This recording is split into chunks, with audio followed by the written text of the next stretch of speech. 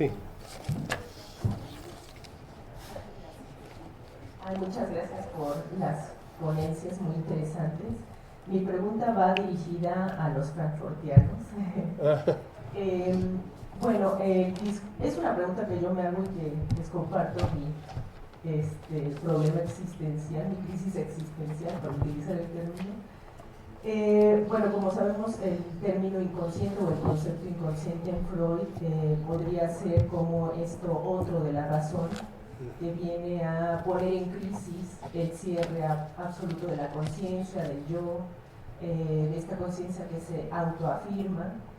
Sin embargo, en ¿Por qué la guerra? Y en sus textos metodológicos, Freud dice, digamos abiertamente, que este mundo pulsional hay que someterlo a la dictadura de la razón, ¿no? Y que dentro de la metodología psicoanalítica se busca hacer consciente lo inconsciente.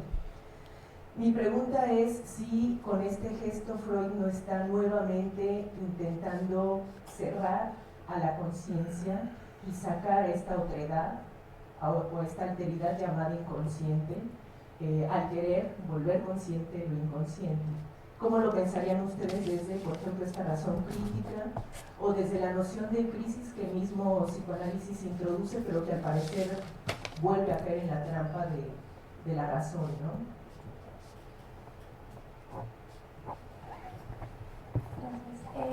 Hacemos otra pregunta.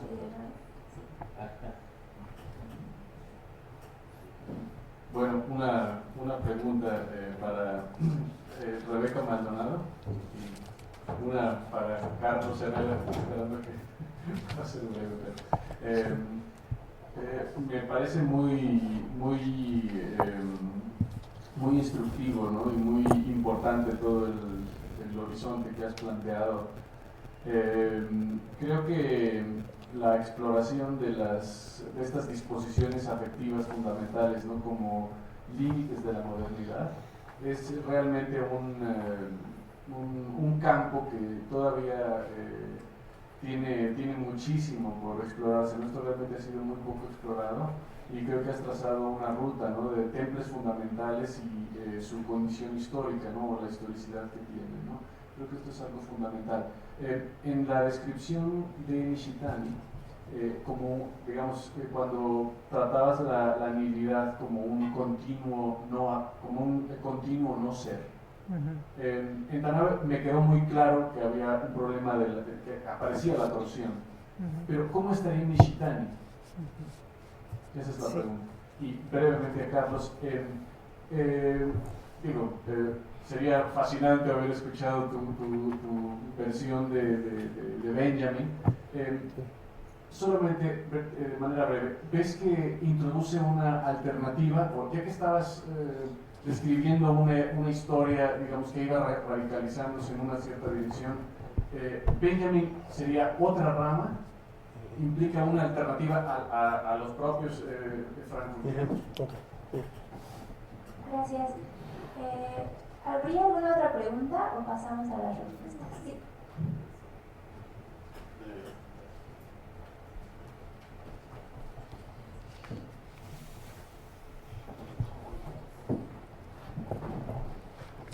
Mi pregunta también va para los frankfurtianos y es, bueno, primero un poco más a partir de la ponencia del profesor Carlos Herrera. Nos has dicho que esta razón crítica característica de los pensadores de la Escuela de Frankfurt dejaría atrás la razón metódica que tú equiparas con la razón instrumental, y con eso creo que has dejado sobre la mesa una contraposición muy clara, ¿no? Muy dicotómica finalmente entre razón instrumental y razón metódica, lo cual a mí me parece que quizá podría ser ajeno al tratamiento dialéctico de los problemas de estos pensadores, y que, bueno, ellos mismos se enfrentan, ¿no? Con el problema del método en la filosofía, ¿no? Que parece ser un procedimiento a priori que luego se aplica de manera arbitraria a sus objetos y termine por falsearlos y subsumirlos en el concepto que como universal anula la particularidad, etc. Pero al mismo tiempo no es posible tampoco abandonar las pretensiones ilustradas que inevitablemente corren por el lado de construir herramientas para que sea posible el conocimiento, ¿no? Aún a contracorriente de los riesgos de las formas tradicionales de construcción del conocimiento. Pero entonces, y creo que muy de acuerdo con la tradición de la teoría crítica, si has asentado, por decir así, la determinación según la cual se separan del método, me parece que faltaría establecer ahora la contraria por la que recuperan el método, ¿no? Como para no dejar ahí simplemente la oposición en abstracto, no dialéctica. Relación método, ok. Sí, entiendo. Eso por una parte, y después, ya a partir de las dos ponencias, ya es más breve, también has dicho, ¿no? Como Adorno abandona la pretensión de la totalidad, ¿no? De lograr la igualdad subjetivo-objetivo hegeliano por ser ilustrada y no crítica. Pero a mí me parece que Adorno aún así conserva la posibilidad de la verdad en lo que llama el pensamiento micrológico, ¿no? Que no por no llegar a la totalización de sumar todas las determinaciones que en lo particular son negativas, pero cuando se compendian todas ellas ya permiten, ¿no? la verdad, de acuerdo con Hegel, sin embargo mostrar en los casos particulares, ¿no? El momento falso, el momento verdadero de cada determinación particular. Así me parece que se conservaría pues en Adorno, pero también entender desde ahí el concepto de totalidad como lo piensa y problematiza Adorno, mientras que en Horkheimer mi duda es si lo mantiene todavía simplemente por ser fiel, ¿no? Con sus antecedentes como Lukács, ¿no? Que en Lukács es vital el concepto de totalidad, ¿no? Incluso creo que en los prólogos, donde ella es muy crítico con su trabajo décadas después, sigue reconociendo que reivindicar el concepto hegeliano de totalidad en el marxismo fue, sin embargo, un acierto. Y si estaría bien pensar entonces como la principal diferencia entre los dos pensadores, Adorno y Horkheimer, el distanciamiento en Adorno respecto de la pretensión que todavía mantiene Horkheimer de formar la totalidad, o si se transforma lo que piensan el uno y el otro por la totalidad. Esas serían mis preguntas. Gracias. Pasamos a la respuesta.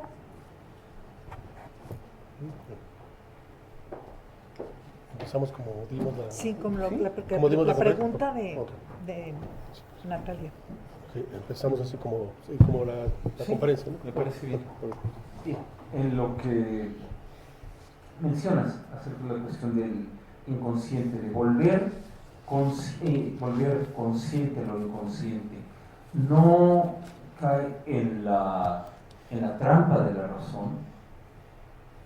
Me atrevería a decir, particularmente pensando en el caso de Adorno, y particularmente en este texto acerca de la doctrina trascendental el concepto del inconsciente, la doctrina trascendental del alma,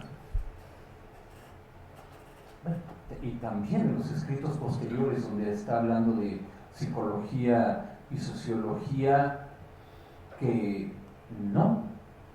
justamente la importancia que tiene el pensamiento de Freud para Adorno tiene que ver con la forma en la que volver consciente lo inconsciente no es una progresiva conquista, no es el progresivo dominio de un territorio que hasta entonces hubiera sido desconocido para el conocimiento racional que se lo pudiera apropiar, sino que en la medida en la cual se hace consciente lo inconsciente, entonces lo que va saliendo a la superficie son todas aquellas fracturas, todas aquellas mellas a las cuales la razón ha tenido que reaccionar, no actuar, reaccionar, encubriéndolas, generalizándolas, poniéndolas bajo la universalidad del concepto, y en esa medida es que se pone en entredicho la idea o la imagen de una razón que en su totalidad sería completamente pulida, sería completamente clara y transparente. Creo que ese es como si, a su pesar, es decir, a pesar de las intenciones de Freud, justamente en tanto que vamos cumpliendo, vamos realizando su ideal de ciencia, su ideal del psicoanálisis como una ciencia, porque ese es un punto en el que Adorno insiste, que ahí podemos, en el trabajo de Freud podemos ver una manera en la que lo empírico, a partir del trabajo de la clínica, se vuelve trascendental. ¿Cómo? En la medida en la que lo que hace el trabajo de la clínica es recabar datos, recabar testimonios, que en la medida en la cual se van acumulando, es que van mostrando, van perfilando una tendencia que hace las veces de condición de posibilidad de la experiencia.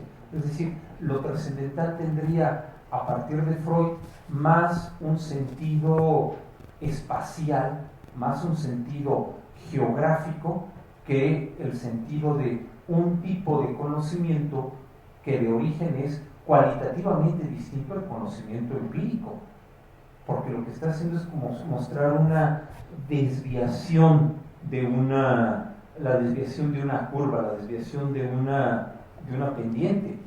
Lo que muestra entonces al salir a la luz lo inconsciente es cómo esa tendencia está llena de puntos de quiebre, de puntos de fractura que no pueden ser asumidos o no pueden ser presentados como algo o como una universalidad que sería neutral, que sería perfectamente legítima y pura. Podríamos decir que está utilizando, en resumen, a Freud contra Freud.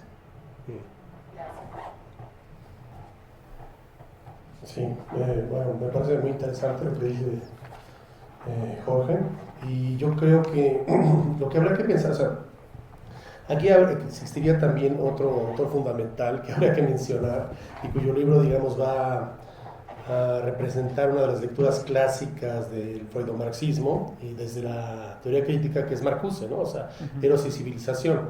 Pues esa lectura pues no la hicimos ni Jorge ni yo, y sería muy interesante también plantearla. O sea, el problema que está en juego, yo creo que desde el punto de vista, pero que está, digamos, también está retomada, porque así lo mencionamos desde dialéctica de la ilustración.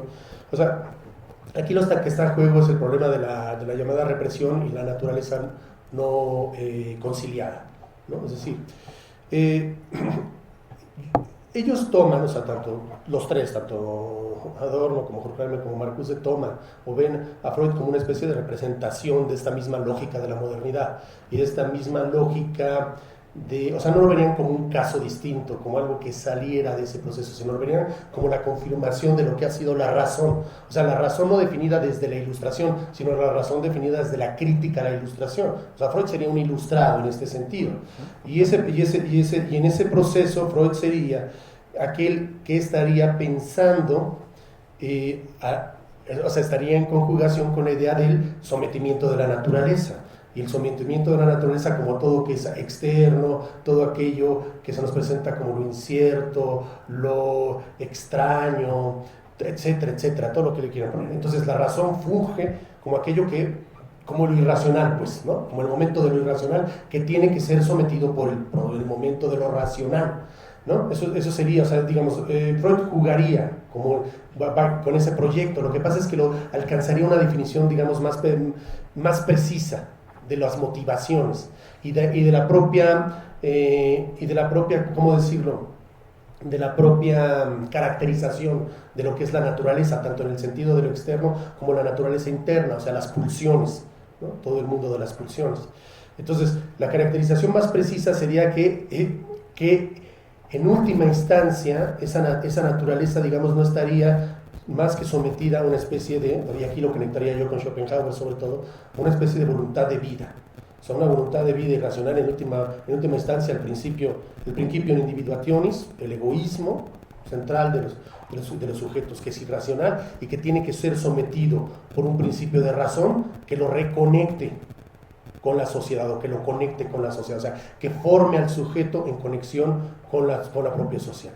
Lo que van a decir ellos es que ese proceso en cuanto tal, ¿no? O sea, ya desde el punto de vista crítico, es imposible, o sea, es el proyecto de la Ilustración, es el proceso de creer que existe un sujeto, o sea, porque lo que está haciendo, aunque pone en duda al sujeto, digamos al sujeto plenipotenciario, consciente, racional, que puede dominarlo todo, aunque lo está poniendo en duda desde el punto de vista de las pulsiones inconscientes, lo está volviendo a potenciar o está tratando de refundamentar esta potencia o esta hegemonía sobre el mundo, digamos, que es la base de la modernidad. Lo que ellos van a decir es que ese proyecto en cierto sentido es imposible, es un proyecto contradictorio, porque es un proyecto que parte precisamente de un miedo, dicen ellos, de un terror a lo irracional, que en sí mismo es insuperable, ¿no? Que no se puede superar. O sea, desde esa misma dinámica lo único que se logra es que mientras más dominio y más control se tenga, más invade, ¿no? En ciertos momentos estas fracturas de las que hablaba Jorge, o sea, esta fractura, el sujeto siempre va a estar fracturado porque no es una totalidad que logre englobarse a sí misma y que sea sin fisuras, si no está fisionado, y entonces va a regresar una y otra vez, pero va a regresar digamos, bajo la figura de un mayor terror que tenga que fundamentar una mayor ilustración que genere de nuevo, o sea, esta, digamos, esquizofrenia del sujeto moderno que no puede parar bajo esa dinámica. Y eso es lo que ellos dicen, digamos, desde ese punto de vista, la dinámica misma se tiene que romper.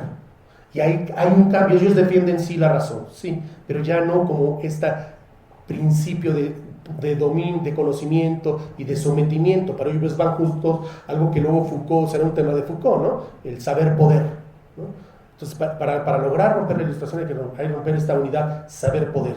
Y entonces la razón tiene que ser pensada como una razón puramente crítica, como una razón negativa, como una razón que esté en un proceso, que sea pensada no como una sustancia, sino como un proceso, digamos, crítico, de comunicación, de oposición y como una experiencia total, ¿no? Entonces, en ese sentido, la razón, digamos, aparecería ya no como esta búsqueda de dominio total, sino como un proceso de, digamos, de apertura del propio sujeto al conocimiento, digamos, a otros procesos y de cambio de la propia realidad, ¿no? Porque, claro, ahí está el momento político, ¿no?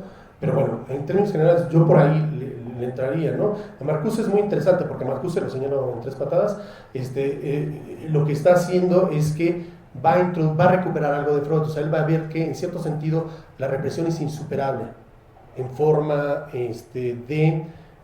para fundamentar la socialidad, pero que existe lo que él llama ¿cómo le llama?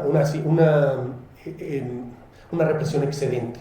Una represión excedente. Entonces la crítica se matiza y cambia, ¿no? La represión excedente sería la de las sociedades alienadas y las sociedades de la explotación. Entonces él cambiaría pues un poco el discurso, pero bueno, eso ya es otro tema. Muchas gracias. Sí. Bueno, Pavel, creo que cuando Nishitani podría pensarse como alguien que piensa el comienzo, yo creo que sus ejemplos ilustran el comienzo, ¿no? Cada mañana el sol nace por el oeste, ¿no? Por el este, cada tarde el sol, ¿no? Se mete por el oeste, ¿no? Entonces, como que da muestra de esto incesante, ¿no? Pero esto surge desde una idea de que es imprescindible dejar caer la conciencia. O sea, estos son muy radicales, ¿no? Y ustedes saben que lo llevan por procesos desde palazos, desde no hablar, o sea, es un proceso de meditación donde surge esa experiencia de dejar ir al yo, de dejarlo ir, ¿sí? Entonces, claro que la emergencia entonces es no un yo individuado, sino es más bien algo cósmico. Yo es lo que puedo percibir que de lo que se trata es lo que adviene, ¿sí? Es como un contacto con la físis, ¿no? Como que no hay una diferencia entre yo y otro, ¿no? Entonces, tiene mucho que ver con lo que estaba hablando Jorge, ¿no? O sea, como que hay lo que creo que hace el capitalismo es una separación radical con la naturaleza, una separación radical con los otros, una separación radical de todo, ¿no? En cambio, lo que hace este proceso de dejar caer al yo es justamente ubicarte en un terruño donde están el yo y el otro, y las plantas y las montañas y las flores, ¿sí me entiendes? Entonces, no en la no distinción. Entonces, sí creo que tiene este ámbito de lo incesante, ¿no? No obtienes nada, no ganas absolutamente nada y pierdes todo el tiempo, ¿no? Todo el tiempo dejas ir y no ganas absolutamente nada, y es como estar viviendo en esa cosa como que se lava todo el tiempo, ¿no? Que se va y que viene, que se va y que adviene, ¿no? Entonces, creo que es un modo un modo de tiempo otro, ¿no? Es un modo del tiempo de lo incesante, de lo venidero, ¿no? Que bueno, a mí todos estos pensamientos me han llevado a que ellos tienen la lógica del cuidado. O sea, que finalmente Heidegger vuelve a actualizar el tema del cuidado hacia el final, ¿no? Del Schonung y todo esto. Y ellos también tienen esta idea de comprender que somos no para nosotros mismos, sino somos para todo, ¿sí? Para todo, ¿sí? Para todos. Es decir, el beneficio de otros es mi propio beneficio. Entonces, al no captarse esa dualidad, ¿no? Entonces, sí creo que despiertan a la lógica del cuidado desde esta experiencia del dejar caer o del desprendimiento, ¿no? Pues, no sé si Disculpe, minutos para... sí, una cosita que a mí me había quedado que me preguntó Pablo sobre el tema de Walter Benjamin, lo podría hablar, pero sí, preguntan primero. No, digo también la respuesta. Sí, claro, sí, contesto las dudas. Intento a ver si tengo la capacidad de 2 minutos lograrlo. Vas a tener la capacidad. Sí, tengo, gracias. Bueno, con respecto a lo de...